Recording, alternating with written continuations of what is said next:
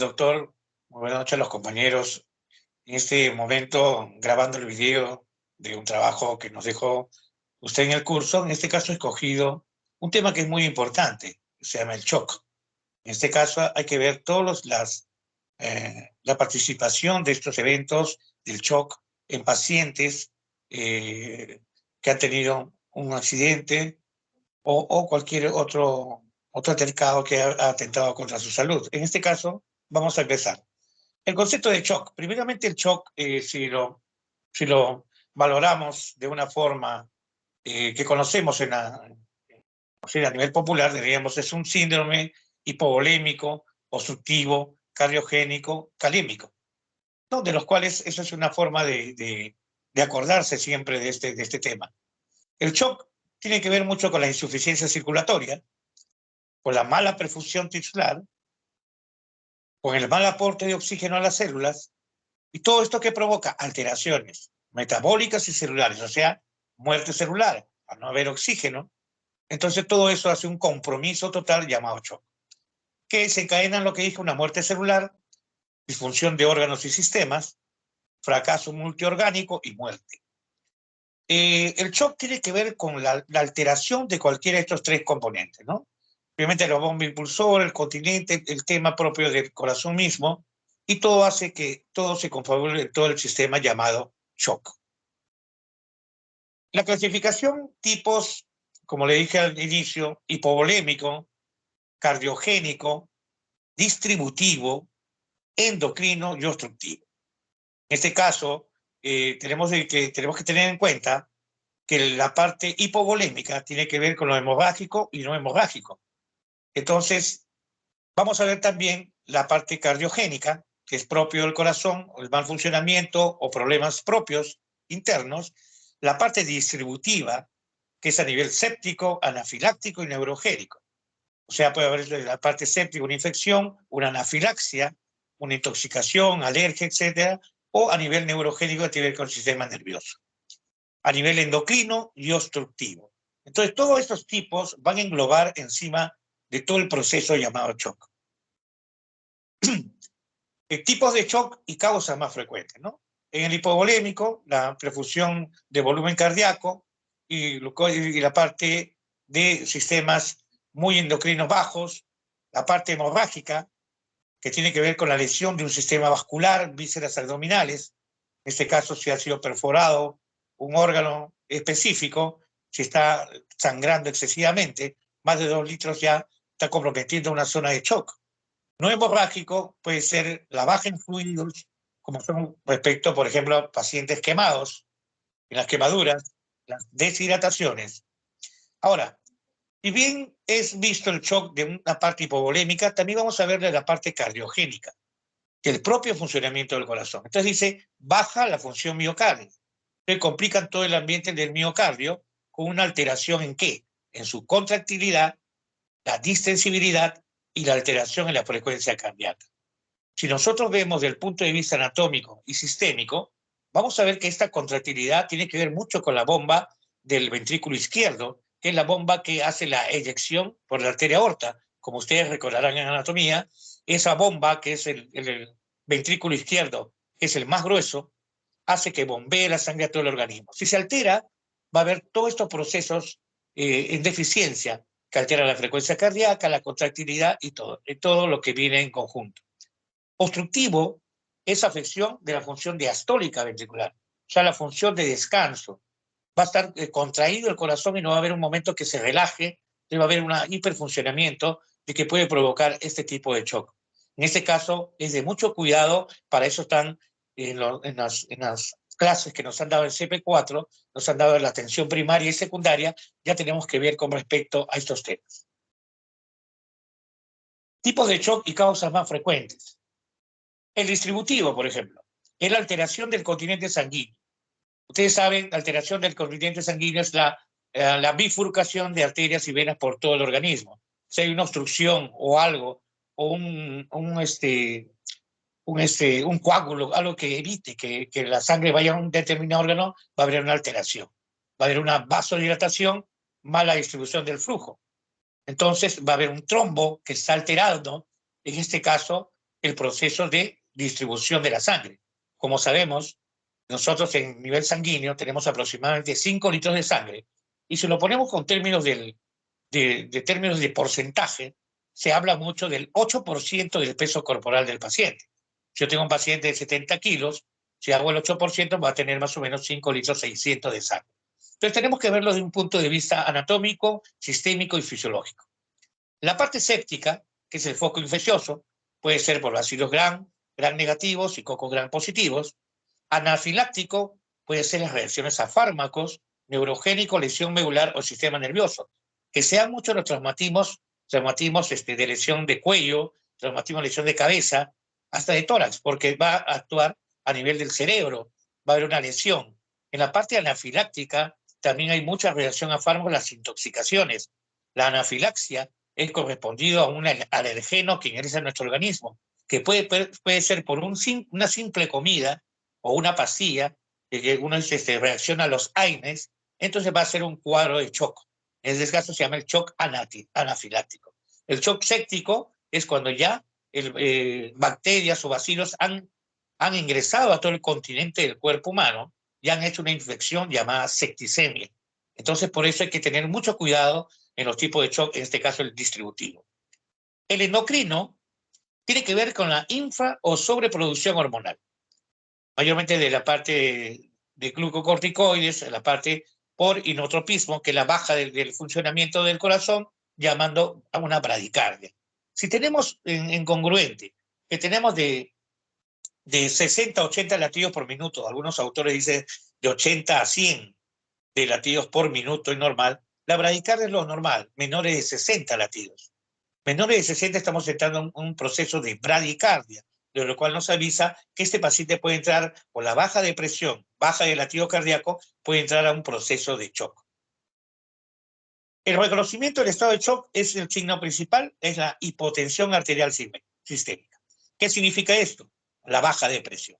¿Cuánto es lo normal? 120/80. Si yo tengo un paciente que tiene 90/60, está en una hipotensión, porque lo normal es 120/80, imagínense, bajó la parte inicial, que es de 120 más a 90, entonces está bajando y produce alteraciones sistémicas, ¿no? En estas alteraciones puede ser el estado mental, está el paciente desorientado, no reconoce, no sabe dónde está, qué ha sucedido, no se les pregunta cuál es el nombre, dónde está, en qué estado se encuentra, familiares, etcétera, en las partes de atención primaria.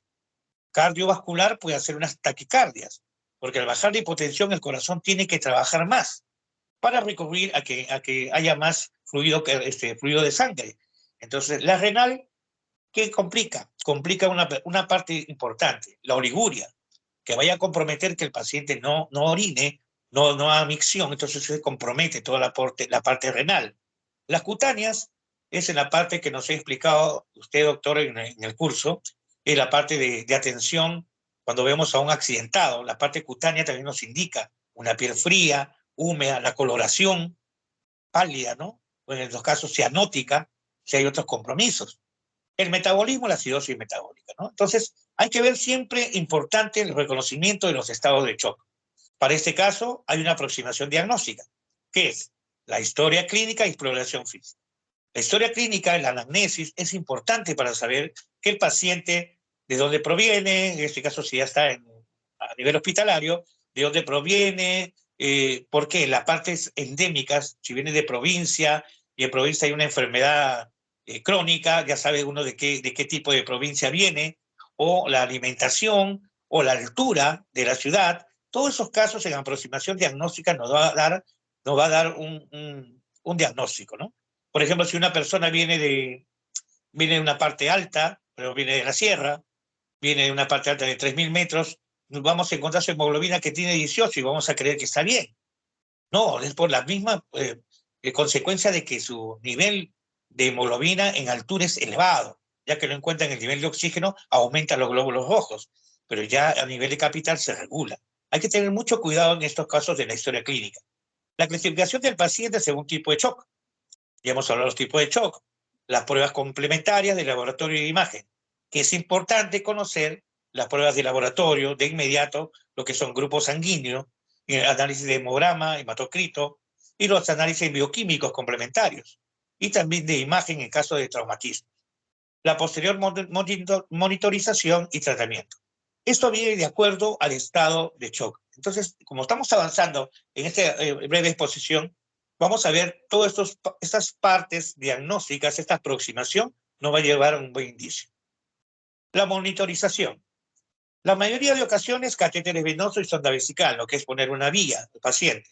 Puede ser una vía salina, una vía de suelo fisiológico. Si existe gravedad, necesidad de ingresos de antibióticos y ingreso a UCI. En este caso, en UCI ya el paciente ya se le monitoriza muy personalmente y ya es un adecuado control. ¿Por qué? Porque hay un control de monitorización que es el sistema respiratorio, signos clínicos, auscultatorios y pulsioximetría continua. ¿No? ¿Por qué? Porque ahí se va a estar vigilando cómo va el paciente pasando de ese shock o comprometiéndose más. La hemodinámica, que es la presión arterial, los esfingomanómetros, la frecuencia cardíaca, la diuresis, cómo está la orina mediante la sonda vesical. Puede haber una orina, una hematuria, por ejemplo, ya estoy hablando de problemas renales, pues hay sangre en la orina. Entonces, todo eso, la observación propia en un signo de shock es importante. Los promedios de catéter venoso, la frecuencia y el ritmo y mediante el electrocardiograma. La analítica va a interesar mucho en esta parte del shock. El hemograma, los parámetros bioquímicos y coagulación. Porque si yo tengo un hemograma, por ejemplo, me dan un hematocrito de 35, ustedes sacan la tercera parte, ya tiene 11 de hemoglobina. ¿No? Entonces ustedes saben que la tercera parte del hematocrito es la hemoglobina. Entonces, son parámetros que uno tiene que manejarlos en el vaivén de la parte hospitalaria. El tratamiento inicial general, el objetivo terapéutico de esta breve exposición, que es, si tuviéramos más tiempo, lógicamente es más de una hora y media explicarlo, pero en ese trabajo de un video de informativo, me da mucho gusto colaborar, también intervenir en este tema. En la parte, el objetivo terapéutico es mejorar oxigenación tisular. Mejorar oxigenación tisular. Optimizar todo el tratamiento del oxígeno. Optimizar toda la vía, las formas como nos han explicado en CP4. Utilización adecuada de organismos de O2 por los tejidos para ver mediante la oximetría, ver cómo está ingresando el oxígeno en nuestro organismo, la normalización de todo el proceso vía aérea e intubación, la fluidoterapia, que es importante buscar una vía para tanto cloruro o la solución salina, las catecolaminas, que son también medicamentos que también intervienen en la parte neurológica y también la parte de vasodilatadores. Entonces, todo esto es un tratamiento inicial general, que lógicamente este objetivo terapéutico se complementa con la hospitalización. El tratamiento específico siempre es, el primer paso a realizar siempre es el aporte de fluidos intravenosos.